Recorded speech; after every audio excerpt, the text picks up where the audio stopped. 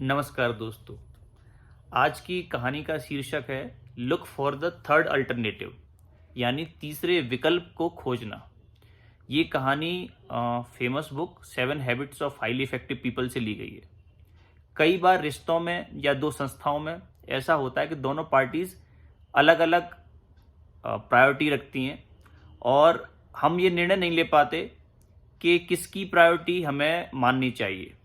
लेकिन अगर हम अच्छे से सोचें, सभी मिलके यानी दोनों पार्टीज मिलके सोचें, तो एक बेहतर तीसरा विकल्प चुना जा सकता है। एक पति और पत्नी और कुछ बच्चे, पति पत्नी और कुछ बच्चे एक साथ रहते थे।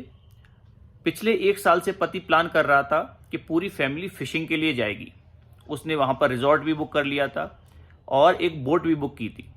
जब उसने पत्नी को बताया तो पत्नी ने कहा कि मेरी माँ बहुत बीमार है और हो सकता है कि कुछ महीनों बाद वो इस दुनिया में न रहें।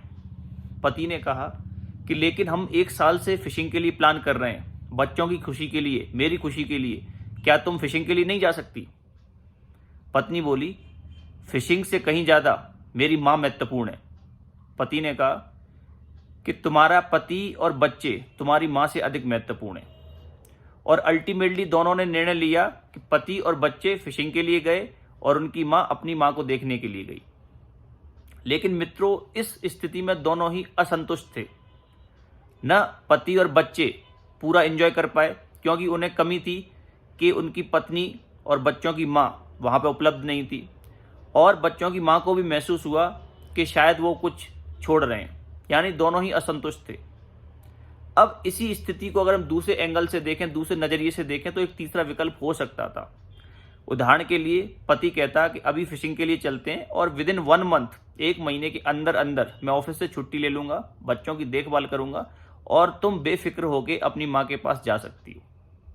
दूसरा विकल्प पति कहता या पत्नी कोई भी सजेस्ट कर सकते थे कि हम जहाँ माँ रहती है उसके आसपास ही कोई फिशिंग स्पॉट ढूंढते हैं और वहाँ फिशिंग भी करेंगे, माँ का ख्याल भी रखेंगे और हमारे बाकी रिश्तेदार भी हमें ज्वाइन कर सकते हैं।